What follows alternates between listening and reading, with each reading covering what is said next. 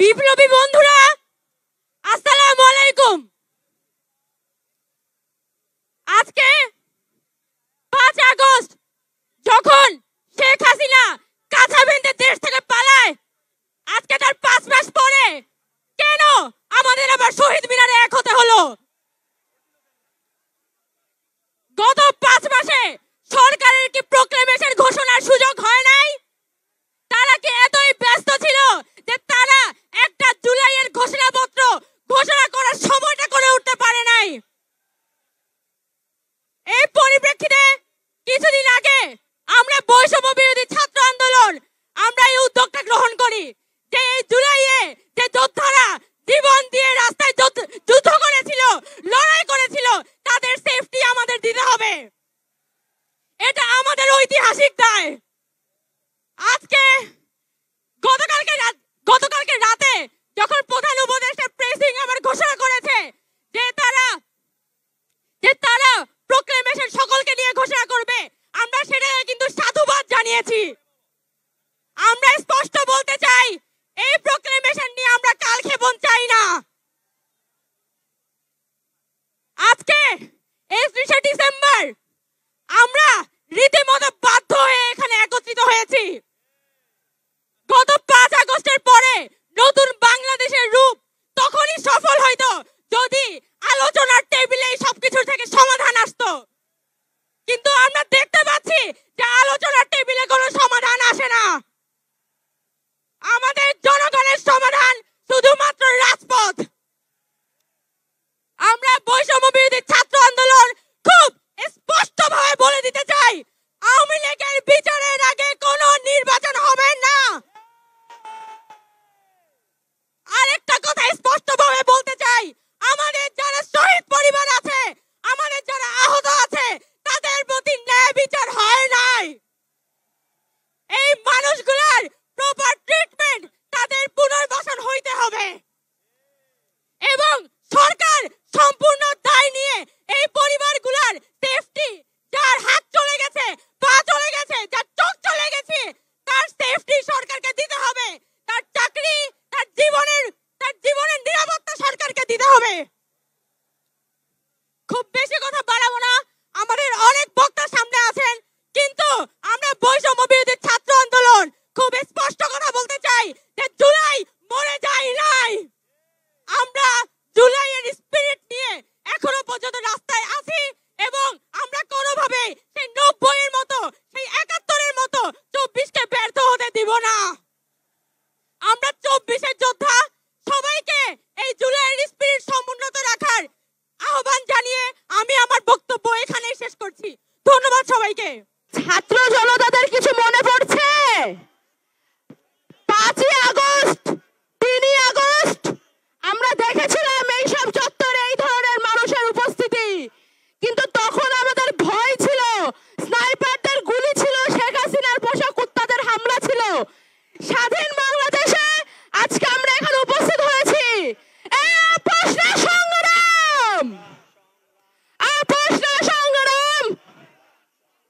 দালালি না রাজপথ, দালালি না রাজপথ। রাজপথে থেকে আমরা প্রমাণ করে দিয়েছি দালালদের ভবিষ্যৎ খুব একটা ভালো হয় না।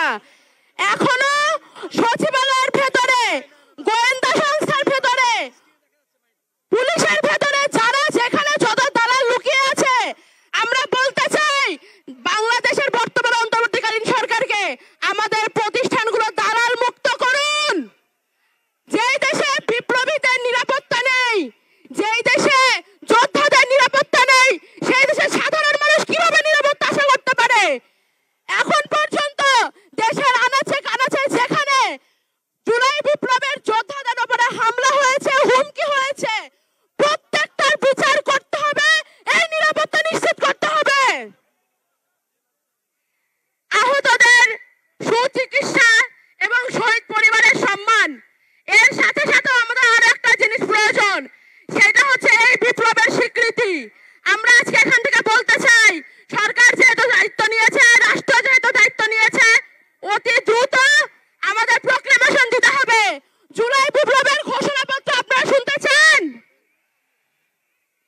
জুলাই বিপ্লবের ঘোষণাপত্রের সাথে সাথে আমাদের অধিকারও লাগবে।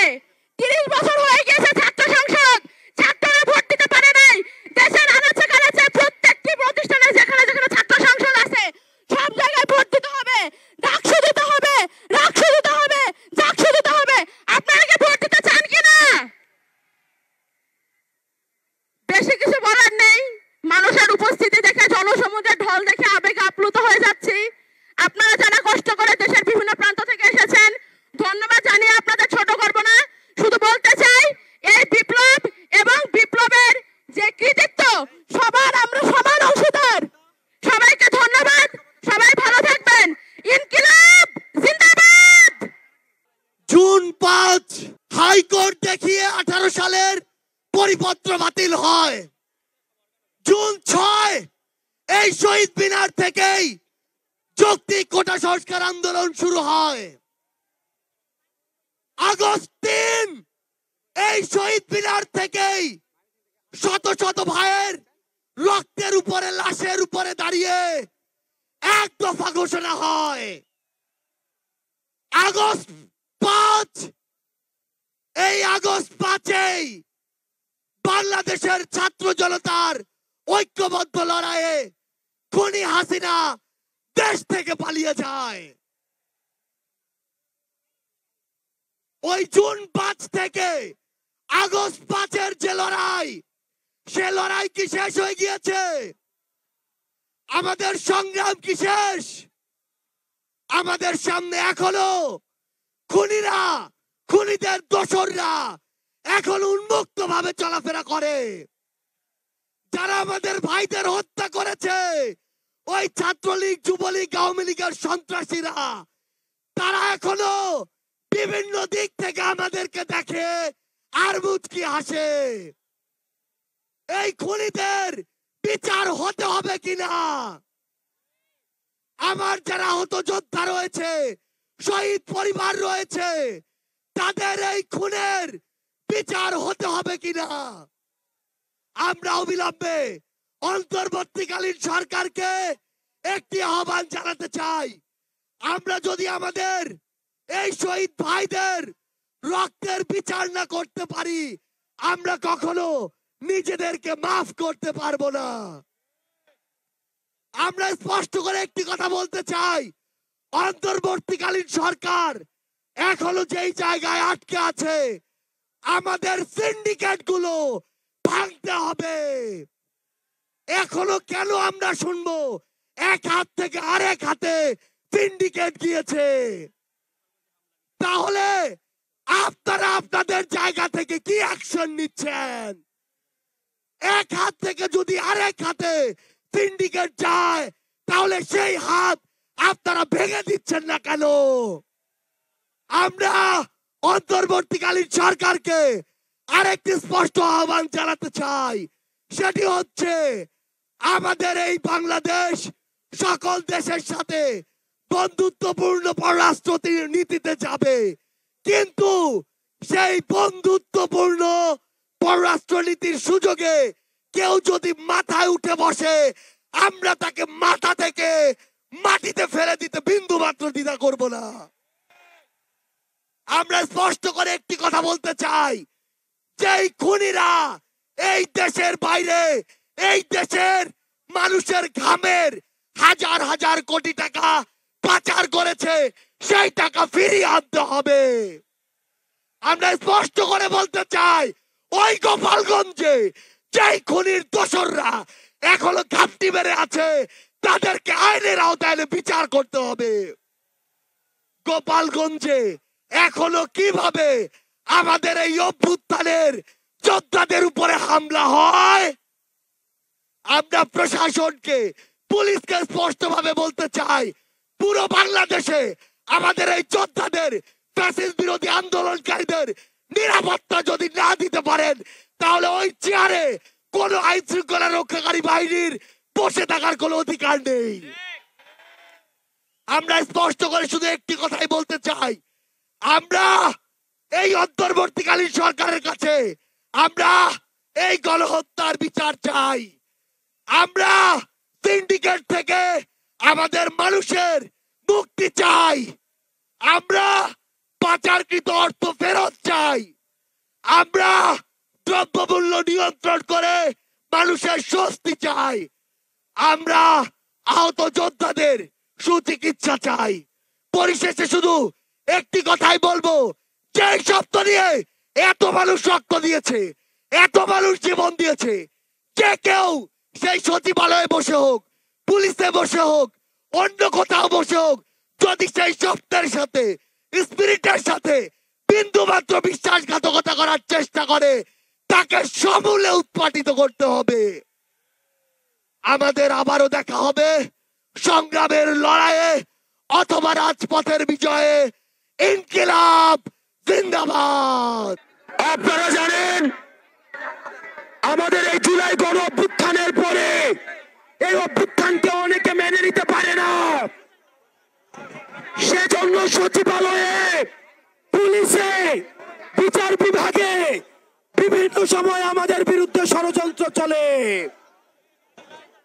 আমরা আপনাদেরকে বলতে চাই, অতীতে ছিল সতীদাহ প্রথা, এখন আমরা দেখছি নদীদাহ প্রথা। যারা সচিবালয়ে আমাদের বিরুদ্ধে ষড়যন্ত্র করছেন, আপনাদেরকে বলতে চাই, আপনারা রিয়েলিটি মাইনে নেন। আপনাদের আম্মু আর দেশে ফিরবে না। আমরা যাকে সীমান্তের উপরে পাঠিয়েছি, এই খুনি হাসিনা দেশে পুনর্বাসন হবে না। প্রিয় দেশবাসী, আপনারা জানেন গত 16 বছর এই ফ্যাসিবাদী সরকার খুনি হাসিনা প্রত্যেকটি রাজনৈতিক দলকে, ফ্যাসিবাদী শক্তিকে নির্যাতন এবং নিপীড়নের মধ্য দিয়ে তাদের থেকে ভোটাধিকার কেড়ে নিয়েছে। বিএনপি, জামাত সহ ফ্যাসিবাদ বিরোধী যতগুলো শক্তি রয়েছে, আলেম ওলামা রয়েছে, অনলাইন অ্যাক্টিভিস্ট রয়েছে, তাদের বাক স্বাধীনতাকে হরণ করেছে। আমরা যারা জুলাই গণ অভ্যুত্থানে আমরা নেতৃত্ব দিয়েছি, আমাদের ডাকে সারা বাংলাদেশে মানুষ রাস্তায় নেমে এসেছে এবং আমরা এই হাসিনাকে পালিয়ে যেতে বাধ্য করেছি।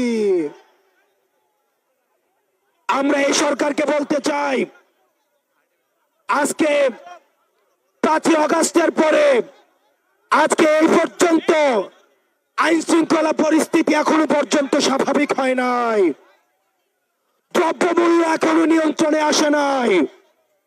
আপনি যদি মনে করেন, বারবার বলতে থাকেন সিন্ডিকেট এক হাত থেকে আরেক হাতে গিয়েছে, তাহলে আপনার কাজটা কি? যেখানে এই সিন্ডিকেটের হাত ভেঙে দিতে হবে, দ্রব্যমূল্যকে মানুষের নিয়ন্ত্রণে আনতে হবে, আইন শৃঙ্খলা পরিস্থিতিকে স্বাভাবিক করতে হবে। কোন বিপ্লবীর গায়ে যদি আক্রমণ করা হয়, এই সরকারকে তার দায়ভার নিতে হবে। আজকে এতদিন হয়ে গিয়েছে, আপনারা জানেন আমরা এখনো পর্যন্ত বিচার বহির্ভূত যে হত্যাকাণ্ডগুলো হয়েছে, এই হত্যাকাণ্ডের বিচার নিশ্চিত করতে পারি নাই। আমরা দেখেছি পিলখানা হত্যাকাণ্ড, এই পিলখানা হত্যাকাণ্ড দেশপ্রেমী অফিসারদেরকে একজন একজন করে মেরে ফেলা হয়েছে। আমরা চাই অতি শীঘ্রই এই পিলখানা হত্যাকাণ্ডের বিচার নিশ্চিত করতে হবে। আমরা শাপলা ঘটনাকে ভুলে যাই নাই। আমরা দেখেছি শাপলাতে রাতের অন্ধকারে লাইট নিভিয়ে আলেম ওলামাদেরকে মেরে ফেলা হয়েছে। আলেম ওলামাদের বিচার নিশ্চিত, আলেম ওলামাদেরকে যে হত্যাকাণ্ড করা হয়েছে সেগুলোর বিচার নিশ্চিত করতে হবে। গত 16 বছর ধরে আওয়ামী লীগ যে নির্যাতন, নিপীড়ন, অত্যাচার, গুম খুন করেছে সেগুলোর বিচার করতে হবে। 5 আগস্ট পরবর্তী বাংলাদেশে আমাদের আর কোন শত্রু নাই, আমাদের একমাত্র শত্রু এই আওয়ামী লীগ। আওয়ামী লীগের বিরুদ্ধে আমাদের ফেসিবারিক যতগুলো রাজনৈতিক শক্তি আছে, আমাদের সংগ্রাম অব্যাহত থাকবে। প্রিয় দেশবাসী, আমাদের এতদিন পর্যন্ত আমাদের এই জুলাই গণ অভ্যুত্থানের কোনো ঘোষণাপত্র ছিল না। আমরা বলতে চাই 15 জানুয়ারির মধ্যে আমাদের এই জুলাই গণ অভ্যুত্থানের ঘোষণাপত্র জারি করতে হবে। আমাদের জুলাই গণ অভ্যুত্থানের ঘোষণাপত্র 15 জানুয়ারির মধ্যে আমাদের 15 জানুয়ারির মধ্যে জারি করতে হবে। প্রিয় দেশবাসী, এই 15 জানুয়ারি পর্যন্ত আপনারা জেলায় জেলায় পাড়া মহল্লায় এই জুলাই ঘোষণাপত্রের পক্ষে আপনারা মানুষের কাছে যাবেন, মানুষের কথা শুনবেন, তারা কি বলতে চায় সেই কথাগুলোকে উঠিয়ে নিয়ে আসবেন। আওয়ামী লীগের বিপক্ষে, মুজিববাদীদের বিপক্ষে, যারা এই ফ্যাসিবাদী এবং সন্ত্রাসের রাষ্ট্র কায়েম করেছে তাদের বিপক্ষে আমাদের এই লড়াই, আমাদের এই সংগ্রাম আমাদের জারি থাকবে। আমরা সবাই হাত তুলে শপথ করতে চাই, সবাই হাত তুলে শপথ করতে চাই। এই মুহূর্তে দরকার বিচার আর সংস্কার। এই মুহূর্তে দরকার বিচার আর সংস্কার। এই মুহূর্তে দরকার বিচার আর সংস্কার। প্রিয় বাংলাদেশবাসী, আপনাদের সাথে আবার দেখা হবে 15 জানুয়ারিতে আমাদের ঘোষণাপত্র নিয়ে।